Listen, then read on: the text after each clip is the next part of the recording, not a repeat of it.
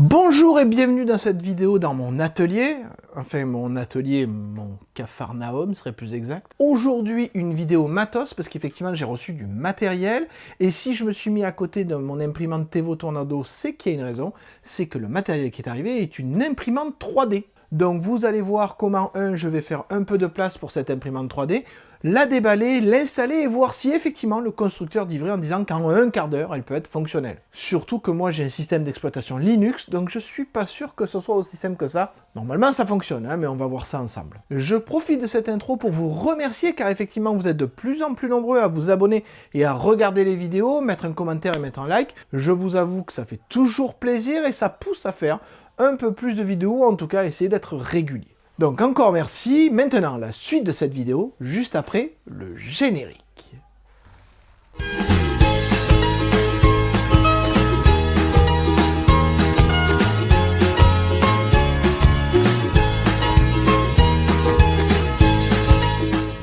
La première étape va être de faire de la place pour la prochaine imprimante 3D. Donc évidemment, je vais garder la même place puisque ça doit rentrer. Doit peut-être même être un peu plus petit. Donc déjà, libérer celle-là tout en la gardant fonctionnelle parce que même si la nouvelle a l'air super méga géniale, celle-là a quand même un potentiel d'impression un peu plus important. Et première chose, je me suis rendu compte qu'avoir une imprimante qui imprime 40 sur 40 sur 40, eh ben en fait ça sert quasiment jamais parce que c'est tellement long qu'on hésite à imprimer dans ces tailles-là. Imaginez, vous faites un print de 40-45 heures et vous avez une coupure de courant ou un fil qui foire ou un problème. Donc c'est vrai que pour les grosses pièces, personnellement, je suis pas à l'aise, donc j'en lance très rarement. Je préfère couper mes pièces en petits morceaux et moins risquer de problèmes. Donc du coup, l'imprimante qui arrive, elle imprime en 25, il me semble, où on peut la pousser un peu plus, mais on verra ça sur les caractéristiques techniques. Donc plus petite que celle-là en termes de plateau d'impression, mais au final, ça ne changera pas grand-chose pour moi, donc, parce que celle-là, je l'utilise rarement à son plein potentiel. Alors le problème, c'est que faire de la place, c'est trouver de la place, parce que ça, il va falloir que je le mette quelque part. Peut-être que je vais à nouveau utiliser ça. Vous vous souvenez de ça? C'est l'appareil qui permet de souder des filaments entre eux. Ça marche super bien, en fait. Très simple et très efficace. Si jamais vous ne l'avez pas vu, je vous renvoie sur la vidéo que j'avais faite à l'époque.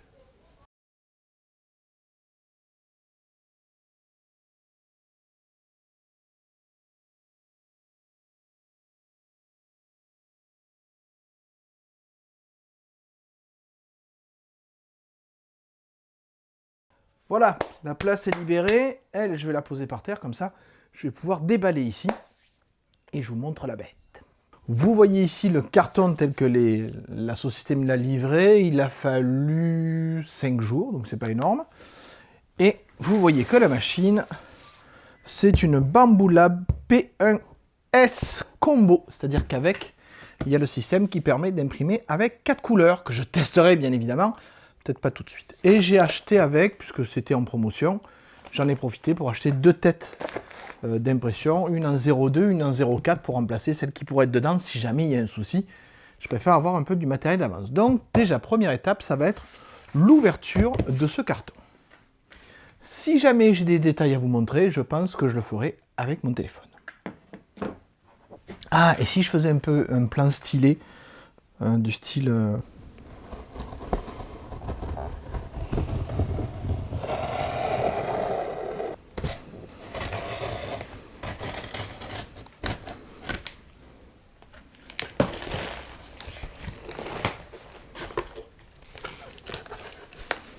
En tout cas, tout ça semble fort bien emballé. Alors, pourquoi je dis fort bien emballé, hein? Parce qu'il y a des protections tout partout. Et même le plastique, regardez, est fixé avec le carton pour être sûr que ça ne bouge pas. Dedans, il y a encore des plastiques de protection. Je vous montre. Donc, vous voyez que là, on voit encore les plastiques de protection plus les cartons des deux côtés. Là aussi, il y a des plastiques gonflables de protection. Et même ici, on les voit aussi très bien. Voilà, vous voyez, on voit très bien les plastiques de protection avec les cartons. Donc maintenant, je vais voir comment je vais sortir l'imprimante. Ah, super, je peux tout sortir en même temps. Les protections, l'imprimante. Chez Bambu Labs, on ne lésine pas sur la protection. Tant mieux, parce que même en promotion, ça reste quand même un certain prix. À l'intérieur, on trouve un support pour PLA, une bobine d'orange, une bobine de verre, des éléments pour mettre sur le benchy. Voilà, le carton est vide, c'est déjà ça. Par contre, j'ai pas les MS. Ou alors il est dedans peut-être, pour gagner de la place. Ah! Alors, maintenant que c'est fait, j'ai des scotch à enlever. Je peux vous faire le quart d'heure ASMR avec les scotch.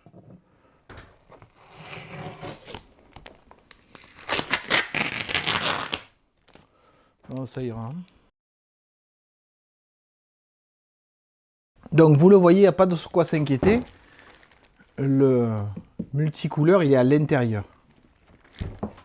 Je vous montre ça. Vous le voyez, pour optimiser l'envoi, dans l'imprimante, on a l'option qui permet le multicouleur.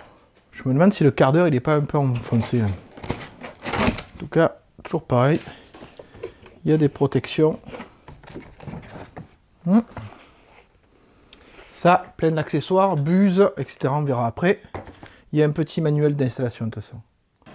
Alors si les autres pouvaient s'inspirer de cette façon d'emballer, parce que non seulement il y a des scotch, mais il y a des petits tampons entre les scotch. Vous voyez, pour pas que ça appuie sur la vitre.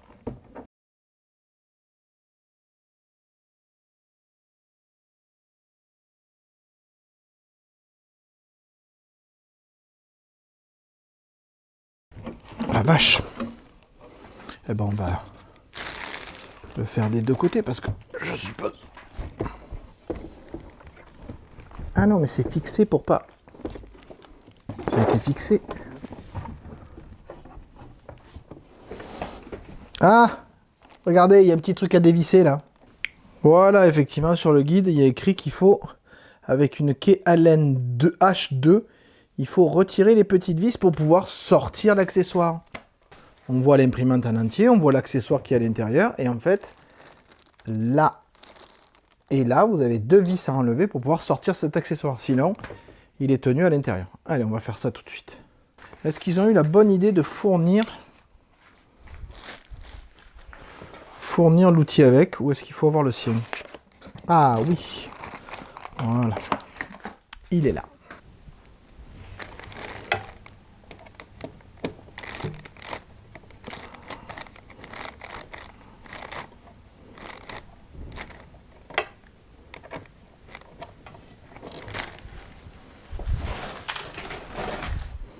Ça y est, j'ai défait. Donc maintenant, voilà, ça vient. Sans forcer. De toute façon, si on force, c'est jamais bon. On finit d'enlever les protections. Ici, il y a le système Hyperdry. On voit qu'à l'intérieur, toutes les vis qui sont à défaire sont indiquées par des petites flèches comme celle-là.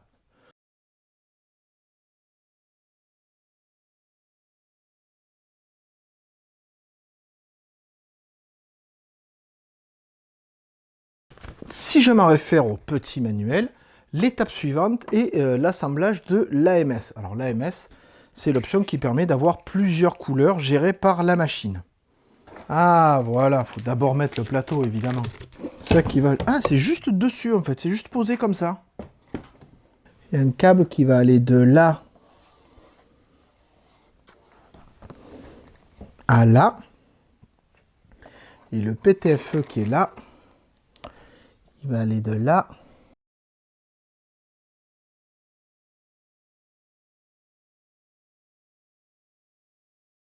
voilà.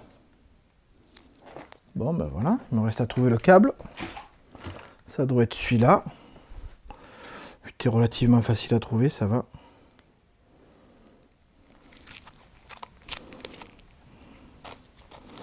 Alors il y a un bambou 4 pins qui va de là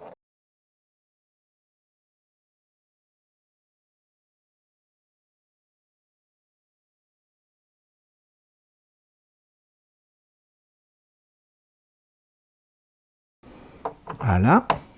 Et il y a un bambou 6 pins. Alors pin, c'est le nombre de broches. Hein, qui va de là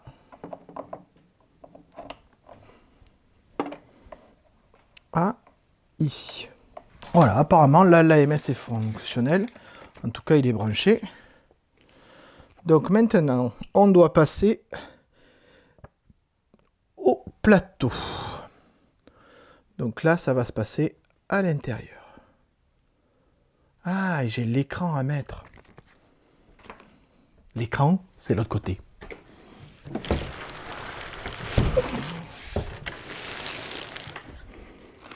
Effectivement, dans le carton, il y a un petit truc, comme je le montre là. C'est l'écran de la Bamboo Labs P1S. Donc vous le voyez, il permet d'avoir les commandes, etc. Et donc pour le relier, vous avez à l'intérieur ici de quoi brancher ce câble là. Donc rien de bien sorcier, hein. On prend le câble, on le branche jusqu'au clic. J'enlève mes lunettes de myope pour être sûr que voilà, c'est bien clipsé. J'ai entendu le clic, c'est bon. Et une fois que c'est fait, je mets... Là, il y a le petit... Je vais laisser le petit plastique. Comme si en gardant le plastique, on gardait l'imprimante neuve. Donc ça, c'est installé, ça, c'est installé. Ils disent de vérifier que toutes les vis là, là et là ont bien été enlevées. C'est le cas. Par contre, on peut... Là, c'est le plateau magnétique.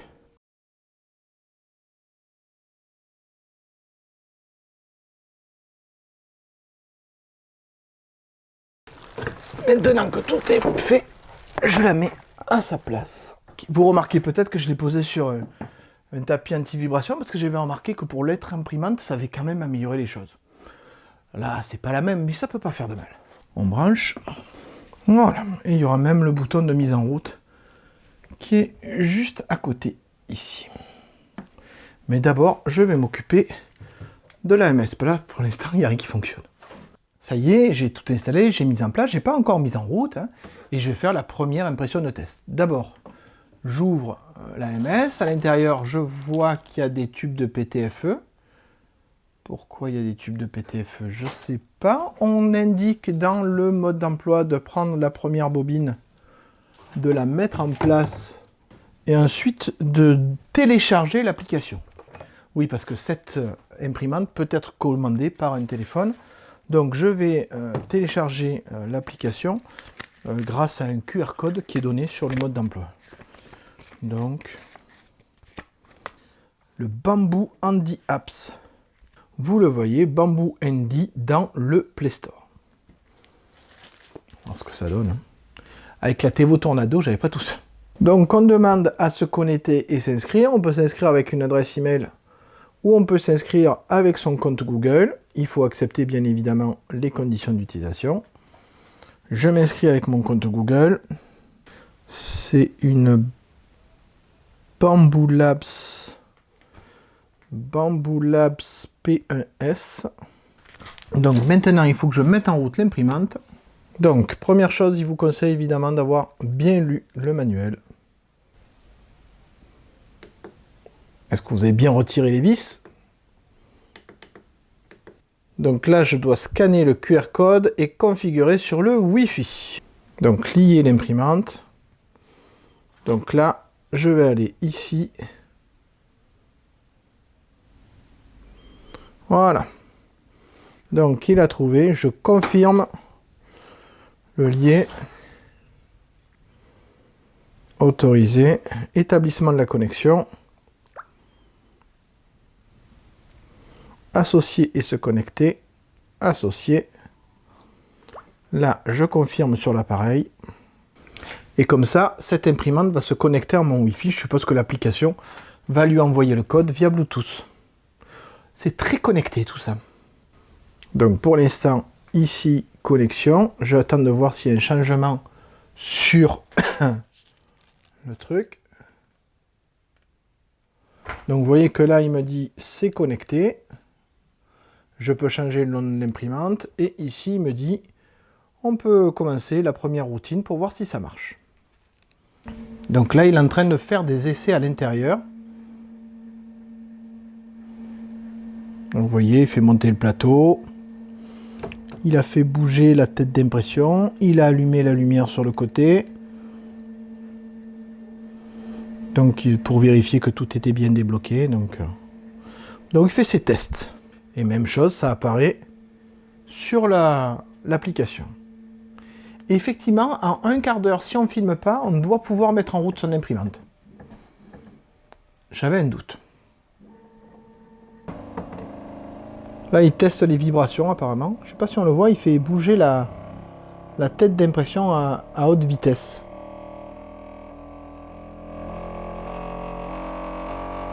Étrange.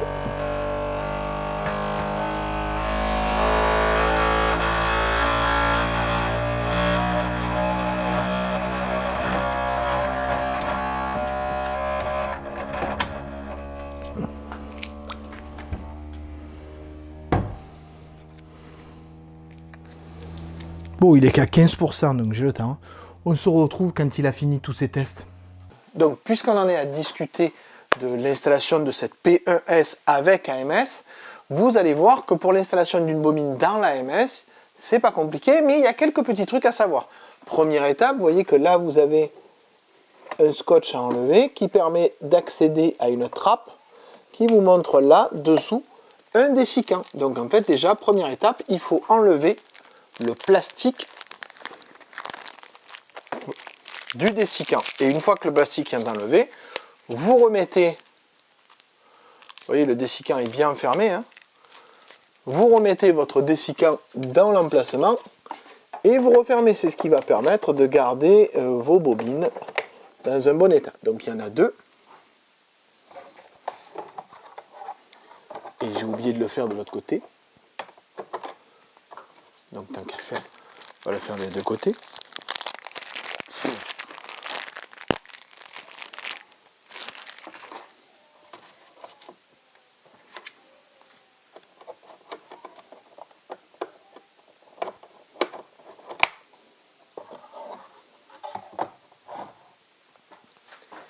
Et l'autre question que je me suis posée, c'est comment on met un filament? Bah alors, c'est d'une simplicité extrême. Vous prenez votre filament. Alors s'il est chez Bamboo Labs, je suppose qu'il est repéré immédiatement. On verra ça après sur l'application. Vous enlevez le petit scotch ou vous coupez le bout qui vous dérange. Hein, on ne va pas risquer de mettre des traces de scotch dans une imprimante toute neuve.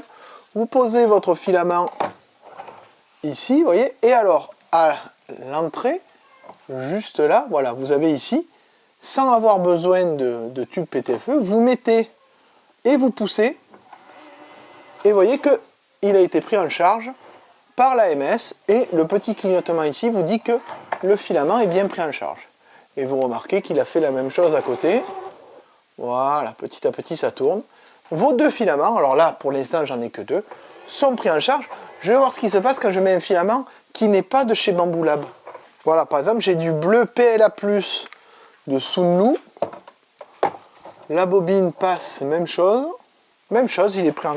Ben, je vais en mettre un quatrième, on verra bien. Hein. Ça c'est pas mal, c'est du blanc. Alors pareil, qui a un certain âge, mais c'est du blanc soie. Le bord de la bobine un peu propre. C'est pareil, c'est du PLA+, mais soyeux.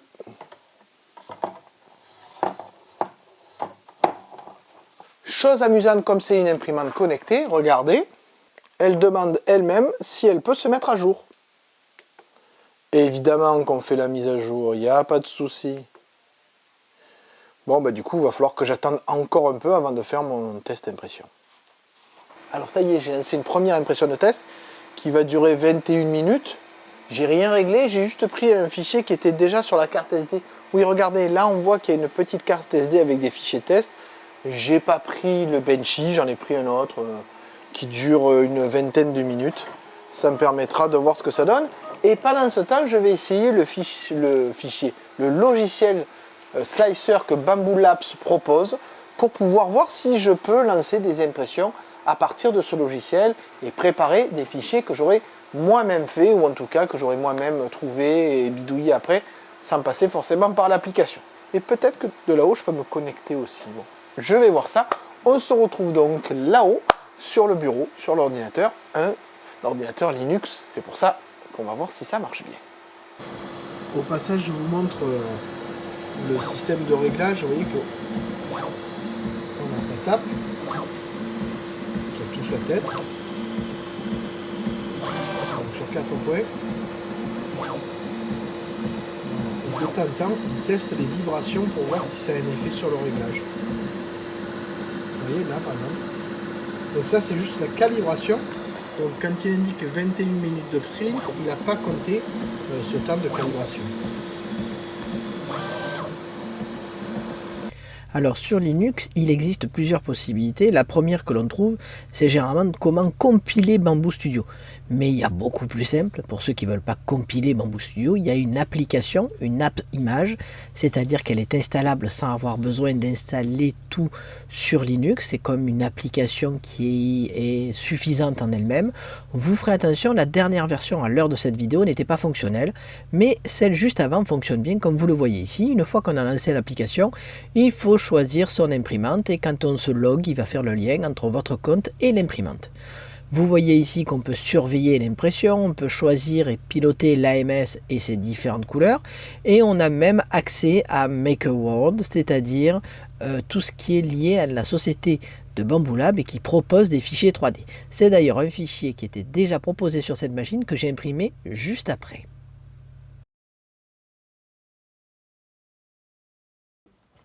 Alors voilà ce que donne l'impression. Donc c'est une impression pour mesurer les diamètres. D'accord, en deux couleurs.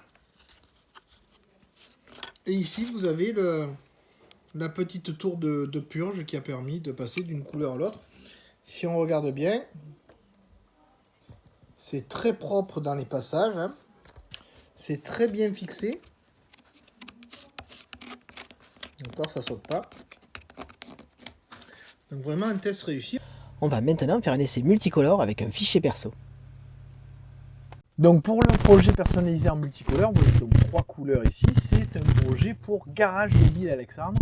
Vraiment un super garagiste. N'hésitez pas à le contacter si vous êtes dans la région, parce qu'il peut se déplacer jusqu'à votre véhicule et faire la réparation devant chez vous, si c'est possible, ou alors il est évidemment au garage pour faire les interventions un peu plus lourdes. Donc voilà, vous avez son numéro, n'hésitez pas à le contacter. Donc je vais partir de ce logo que je vais d'abord exporter. Voilà, je vais exporter la sélection. Voilà, je l'avais déjà fait évidemment, donc j'exporte. Donc j'ai mon logo qui est ici et je vais passer sous Bambu Lab. Alors sous Bambu Lab, vous avez ici par exemple des possibilités de Maker Lab. Donc soit de faire des lithophanes, soit, et c'est ce qui va m'intéresser, Image to Keychain, c'est-à-dire pour faire un porte-clés. Alors moi l'image est déjà faite, donc je pars de zéro et je vais soit prendre l'image, soit récupérer l'image, donc c'est celle-là, logo seul, et je lui dis que je veux une épaisseur de 2 mm par exemple, pour confirmer. Alors vous voyez qu'il n'y a pas d'idée de taille, etc. En fait il va vous faire, à partir du logo, il va gérer les couleurs, etc. Donc il vous demande en combien de couleurs vous le faites. Donc moi effectivement en 4 couleurs, déjà il n'y en a que 3, noir, blanc et bleu, je confirme. Et il m'a fabriqué, on le voit ici, hein, il m'a fabriqué ici le logo. Donc maintenant je vais le télécharger. Donc je le télécharge en version 3MF, qui est une version qui est compréhensible par Bambu Labs, notamment au niveau des couleurs, donc c'est la version 3. Hein, et je repasse sur mon logiciel pour dire je vais préparer mon fichier. Donc je vais aller dans mon dossier téléchargement et je vais ajouter cette version là ici.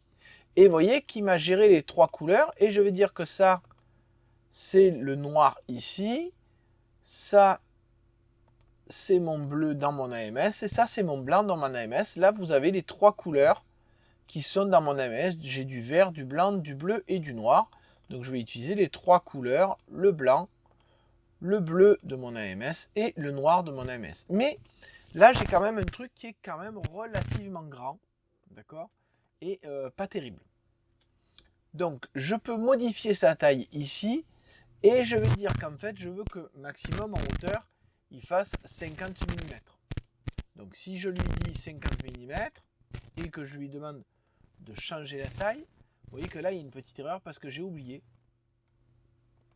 de dire que je voulais un changement uniforme. J'ai donc ici voilà, un porte-clés qui va faire 5 cm de cette pointe-là à ce morceau-là. Par contre, attention, ici c'est pour un A1, moi j'ai un P1. Donc voilà. Et si je lui demande de me préparer cette impression, il va me dire qu'il me faut 30 minutes pour le faire. Bon, 30 minutes pour le faire, quitte à faire un. Ici, je vois qu'il y a quelques erreurs, ce n'est pas gênant pour ce modèle-là. Donc, je vais le cloner.